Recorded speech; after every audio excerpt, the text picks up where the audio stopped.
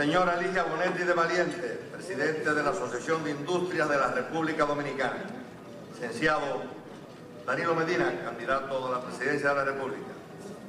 Distinguidos miembros de la mesa de honor, distinguidos invitados, señoras y señores.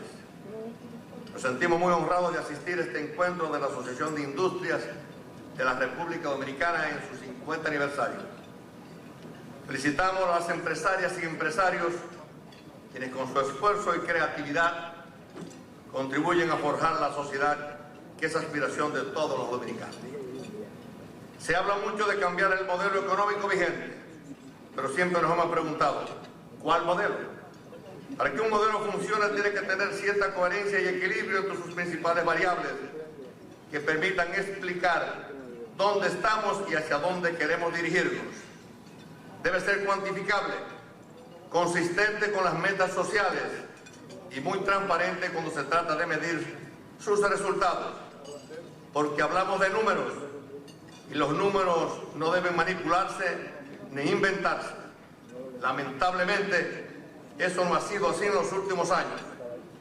Desde el año 2004, la política económica se ha ido sustentando solamente en la estabilidad del tipo de cambio, desvinculándola generalmente de otros factores claves que promueven un crecimiento sano, equitativo y autosostenible.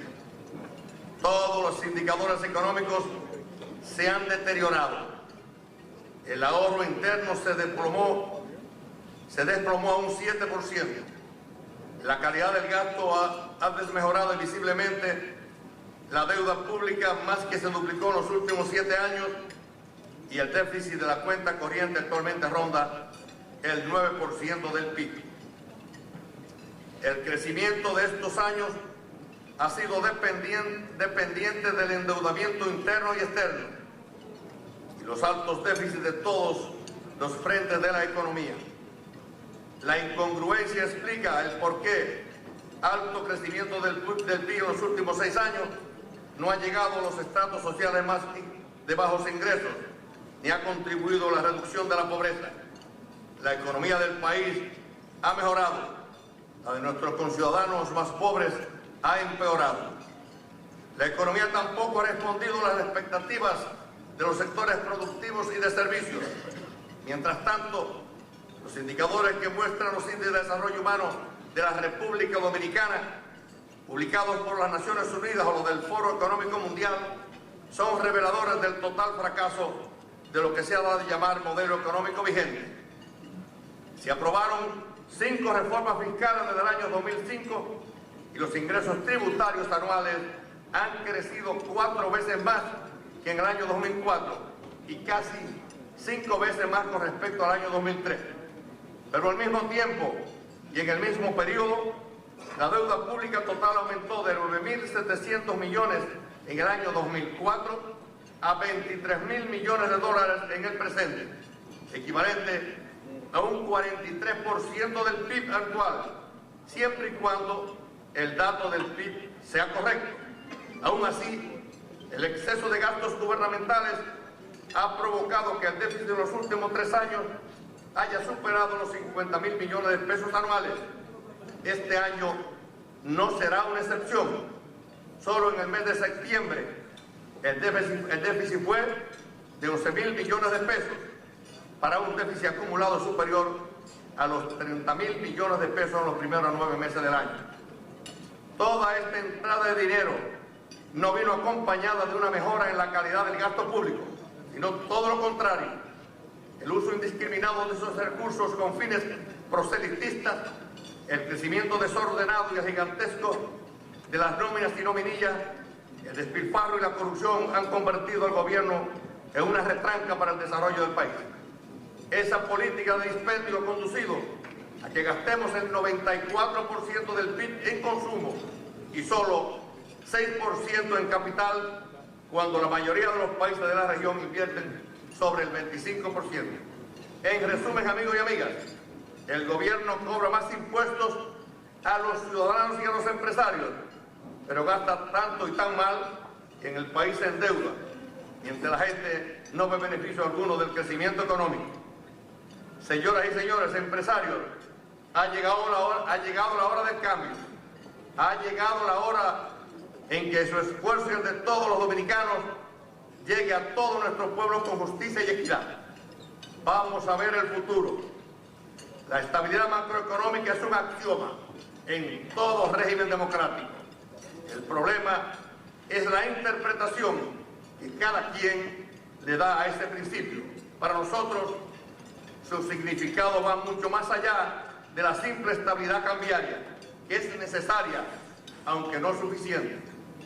Nos proponemos una estabilidad donde todos los agregados macroeconómicos se conjuguen, estén en armonía cuantitativa y respondan a un patrón de crecimiento incluyente. Un crecimiento motorizado por el sector privado y focalizado hacia los sectores estratégicos que generen mayor cantidad de empleos productivos. Esos sectores son la agricultura, la industria, la agroindustria, la construcción, la minería, el turismo y las zonas francas. Ellos serán los sectores más favorecidos para impulsar ese crecimiento, lo que mejorará la distribución del ingreso y el empleo, irradiando sus efectos a todas las clases sociales. No podemos conformarnos exhibiendo un crecimiento excluyente mientras aumenta la pobreza. Tampoco es posible que los beneficios de ese crecimiento queden atrapados en las manos de una pequeña cúpula privilegiada. Ni la pobreza ni el privilegio son compatibles con un sistema político que promueva la democracia económica y el bienestar de la gente. Nos proponemos una meta de crecimiento promedio anual sobre el 6%, apoyado en los sectores de mayor generación de empleo. La única forma de lograr esta meta en un mundo amenazado por otra recesión es redoblando los esfuerzos para fortalecer las finanzas públicas, aumentando las exportaciones, sustituyendo las importaciones de muchos bienes y fomentando la inversión extranjera directa. Este crecimiento deberá estar asociado con una fuerte estabilidad en los precios macroeconómicos, tasa de cambio, tasa de interés y salarios, y además en la reducción del déficit de la cuenta corriente de la balanza de pagos en un nivel que pueda ser financiado con el flujo, obviamente, de la inversión extranjera y los desembolsos netos de recursos externos. Queremos anunciar aquí, para anunciar el cumplimiento de estos objetivos, nos proponemos mantener el acuerdo con el Fondo Monetario Internacional, enviando con ello una clara señal de nuestro compromiso con el crecimiento y la estabilidad. También es importante un mayor respeto a la ley sobre el derecho y la propiedad de las reglas establecidas como garantía de tranquilidad y confianza para la inversión local y extranjera. Nos comprometemos a reducir la inversión pública en áreas de competencia privada y privilegiar la inversión de capital humano, dándole a la juventud mayores oportunidades para insertarse en el mercado laboral, y esa juventud tendrá un espacio en nuestro gobierno que jamás ha tenido. Se hará una revisión de las políticas públicas, incluyendo el régimen tributario, que giren alrededor de la competitividad, con una perspectiva no fiscalista, pero sí facilitadora de un florecimiento de los sectores que generan mayor empleo y riqueza. Un paso fundamental para lograr este objetivo es alcanzar un consenso con todos los sectores a fin de realizar una reforma tributaria integral que ordene de una vez y por todas el desorden fiscalista y el regresivo del sistema impositivo que frena el desarrollo nacional. Igualmente, fijaremos topes de gasto corriente para lograr un superávit primario y consolidar las finanzas públicas, bajar el déficit fiscal, eliminar el despilfarro, localizar efectivamente los subsidios y aumentar la inversión en infraestructura. Nos proponemos aumentar el ahorro interno sobre el 20% del PIB, tal como existía en nuestra anterior administración. Elevaremos el gasto de capitales en el presupuesto anual al menos de un 20% hasta ahora a un 30%, reactivando la inversión pública en pequeñas y medianas obras de impacto social y económico por los efectos en el empleo. Impulsaremos una reforma institucional profunda desde los inicios del gobierno con asistencia de instituciones internacionales. Ejerceremos un estricto control al endeudamiento de las instituciones centralizadas o descentralizadas, haciendo cumplir a cabalidad con la ley de compras y contrataciones vigente. Hay que reconvertir al Estado en un ente facilitador de la inversión privada y no en uno de los que lo sustituya. Esta reforma debe mejorar la asignación de los recursos públicos a sectores estratégicos como la educación, la salud y en conjunto de instituciones que se debaten en la ineficiencia, el despilfarro y la corrupción debido a la poca supervisión y regulaciones existentes.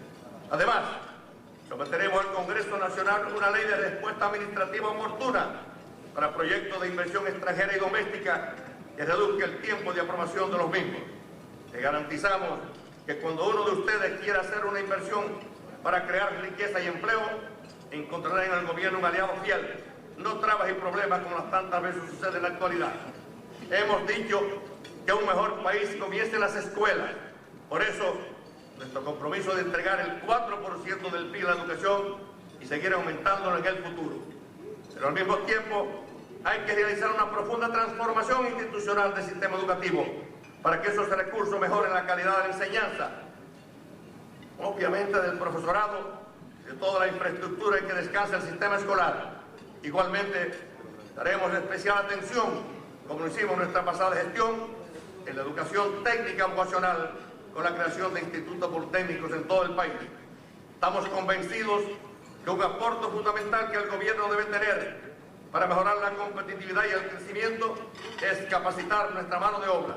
Esa misma transformación hay que extenderla al resto del sector público, ya que con la crisis que heredará el próximo gobierno no hay otra vía para salir adelante que no sea optimizar los recursos disponibles. La agricultura es el mejor ejemplo de ese despilfarro y desorden administrativo, donde la única preocupación de las autoridades es importar alimentos para cobrar peaje y otorgar privilegios. Las importaciones que sean necesarias en nuestro gobierno serán sometidas a concurso abierto a la Bolsa Agropecuaria, con asesoría de las organizaciones de productores encabezadas por la Junta Agroempresarial Dominicana. El Banco Central mantendrá su absoluta independencia y su capacidad de hacer política monetaria usando todos los instrumentos y herramientas que esté a su alcance. La meta que guiará la política monetaria será mantener por debajo del 7% el nivel de inflación, permitiendo que los agentes económicos anticipen los cambios de la política en el corto y mediano plazo. El DERESCAF y otros acuerdos similares con Europa y el Caribe fueron logros del gobierno del Partido Revolucionario Dominicano y seguimos pensando que esos acuerdos nos ofrecen la oportunidad de incursionar en los mercados internacionales y aprovechar nuestro potencial exportador. Esto exige mejorar nuestra competitividad, que es una palabra inexistente en el vocabulario gubernamental, pero que nuestro gobierno recibirá un apoyo fuerte, encabezando las autoridades en el programa económico. Todas las empresas que exporten, estén o no en los parques de zonas francas, recibirán el mismo tratamiento impositivo en cuanto a los productos exportados. No podemos exportar impuestos. Sin embargo, tenemos que mirar más allá del DERESCAF. Los países emergentes de Asia y América serán impulsarán más dinamismo y dan posibilidades en adición a los Estados Unidos y Europa. Y eso abre grandes oportunidades de negocio para nuestro país. Por esa razón, estamos decididos a establecer relaciones diplomáticas y económicas con la República Popular China, así como establecer un acuerdo de intercambio comercial con nuestro vecino Haití. Somos uno de los 15 países con acceso libre a la tarifa arancelaria a 800 millones de consumidores pudientes. Si fuésemos competitivos, y estaríamos exportando mucho más de lo que actualmente estamos exportando.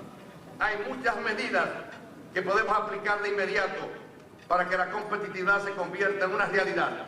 Entre ellas está la reducción del impuesto sobre la renta, la revisión de los impuestos que frenan en la inversión privada, el estricto apego a la ley que rige el impuesto a los combustibles, eliminando los sobreprecios, la creación de un fondo de garantías para apoyar el financiamiento a las micros y pequeñas empresas y la eliminación de los trámites burocráticos a los inversionistas y exportadores que fomentan la corrupción. Les anuncio que eliminaremos el cobro del INDEVIS en las aduanas y el 1% de los activos financieros de la banca, que ha elevado en más de un 6% el costo del dinero. En este punto quiero expresarle mi compromiso de despolitizar y fortalecer las instancias que están directamente relacionadas con estos temas, como es el caso de Proindustria, Consejo Nacional de Zona Franca, Promipyme y el Consejo Nacional de Competitividad. Esperamos que ustedes también asuman el compromiso de acompañarnos en esta tarea. Estamos convencidos que es fundamental incrementar el flujo financiero a nuestros sectores productivos.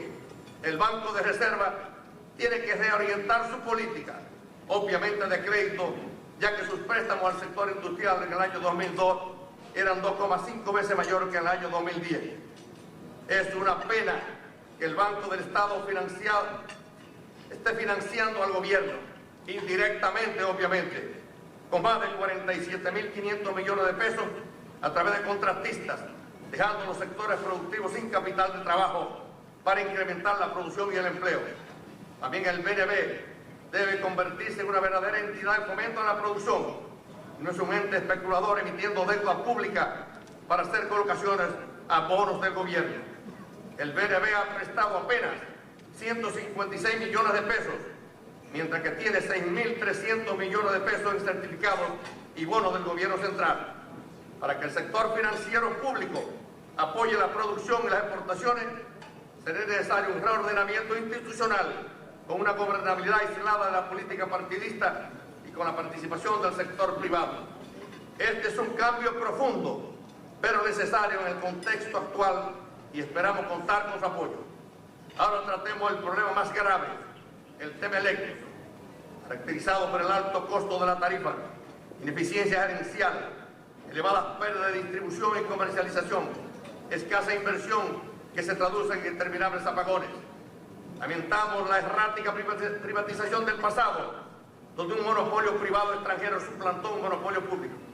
Queremos libre competencia con empresas tecnológicamente solventes y honestas. Por eso, eliminaremos todas las trabas para que el sector privado incursione en la generación y la distribución de la energía. Brindaremos facilidades para que el sector privado participe en la solución de la crisis con plantas modernas a carbón, gas natural y proyectos de fuentes de alternativas ambientalmente amigables. La realidad es que el aumento indiscriminado de la tarifa eléctrica incrementa el fraude, agravando la situación financiera del sector. Eso también impacta negativamente en la competitividad de las empresas. En ese sentido, hay que realizar fuertes inversiones en el mejoramiento de la distribución, donde se pierde más de un tercio de la energía producida. Asimismo, impulsaremos el programa de desarrollo hidroeléctrico a nivel nacional, donde todavía tenemos un gran potencial sin explotar. Amigas y amigos, empresarios, y ustedes pueden trabajar, nuestra gente puede vivir con este lamentable estado de nuestro sistema eléctrico, caro, caótico y ineficiente. Pero si aunamos el esfuerzo con el sector privado, podemos cambiar esa situación de una vez y por todas. Todo esto es posible en 4 años si logramos revertir las políticas vigentes y convertir a la República Dominicana en un país exportador, atractivo a la inversión extranjera y con finanzas públicas fuertes y transparentes. Garantizaremos el crecimiento de la economía, que debe fundamentarse en la inversión privada y no en el gasto gubernamental como ha sido en los últimos 7 años. Por eso, la manufactura y la agricultura exportable serán fundamentales en nuestra estrategia de crecimiento. Cualquier contrato de préstamo amarrado a importaciones de bienes que puedan producirse internamente a mejor precio será revisado de inmediato y en el futuro no será considerado como una opción de financiamiento. Quiero tocar el tema de transparencia. Amigos y amigas, empresarios, un programa de gobierno en República Dominicana no es creíble si no aborda el tema de la transparencia. Nuestra primera iniciativa, cuando lleguemos a la presidencia, estará asociada a la transparencia y a la moralidad del sector público. La mentira y el ocultamiento de la verdad que ha caracterizado al gobierno actual, incluyendo la violación sistemática de las leyes que regulan el funcionamiento del Estado, han puesto en cuestionamiento del gobierno. Junto con las organizaciones de la sociedad civil, obviamente en base representativa en el país, estableceremos mecanismos efectivos que transparenten y moralicen la gestión pública, comenzando por la liquidación del clientelismo que ha contaminado hasta la médula del tren gubernamental. Aplicaremos un fuerte plan de austeridad para acabar con el despilfarro y la corrupción. Ese es nuestro compromiso. Durante nuestra administración, en el periodo 2000-2004, aún después de los lamentables acontecimientos del 11 de septiembre de 2001, que arrojó pérdida obviamente en el país por 2.000 millones de dólares, mantuvimos bajo un estricto control el déficit fiscal, logrando un balance positivo en la cuenta corriente de la balanza de pago. Todo ello sin descuidar jamás la política social, incluyendo educación y salud, que recibieron los más altos porcentajes del presupuesto hasta ese año. Establecimos la base para la estabilidad de la tasa de cambio, la tasa de interés y la tasa de estabilidad de los precios con la aprobación de la ley monetaria y financiera vigente. Entre otras cosas, prohibió para siempre el uso de dinero inorgánico para financiar el sector público. Después de la erupción de la gran crisis bancaria del año 2003, que obviamente desestabilizó a toda la economía, pusimos nuestro gobierno en juego para salvar el sistema de pagos y mantener la gobernabilidad, buscando el apoyo del FMI y del resto de la comunidad internacional para que el país saliera adelante, logrando una recuperación increíble de la economía un año después de esa crisis. Asumimos un alto costo político, personal y familiar, pero hicimos lo correcto. El sector financiero nacional y los organismos internacionales aplaudieron nuestras decisiones, que luego fueron confirmadas durante la crisis financiera mundial. Aún con todas esas adversidades, nuestro país ocupaba en el año 2004 la posición 62 en el índice de competitividad y hoy ocupa el 110. Cumplimos con nuestro deber limpiando la tierra llena de podredumbre para que otros cosecharan sus frutos. Al final, no han sabido distribuirlo con equidad y mucho menos con transparencia. Por eso, ahora el pueblo dice que ha llegado la hora del cambio. Señoras y señores, los invito al cambio. El cambio para liberar el país de la corrupción, la desidia y el clientelismo. El cambio para que nuestras empresas tengan fe y confianza en el futuro. Ustedes son el motor de la economía. Y yo quiero finalizar estas palabras pronunciando algo que me dijo el padre Ángel Arias, rector del Politécnico, hace muchos años. Mire, joven, use siempre las enseñanzas, Mateo, y que se les conozca por sus hechos. Déjese de palabras. Muchas gracias.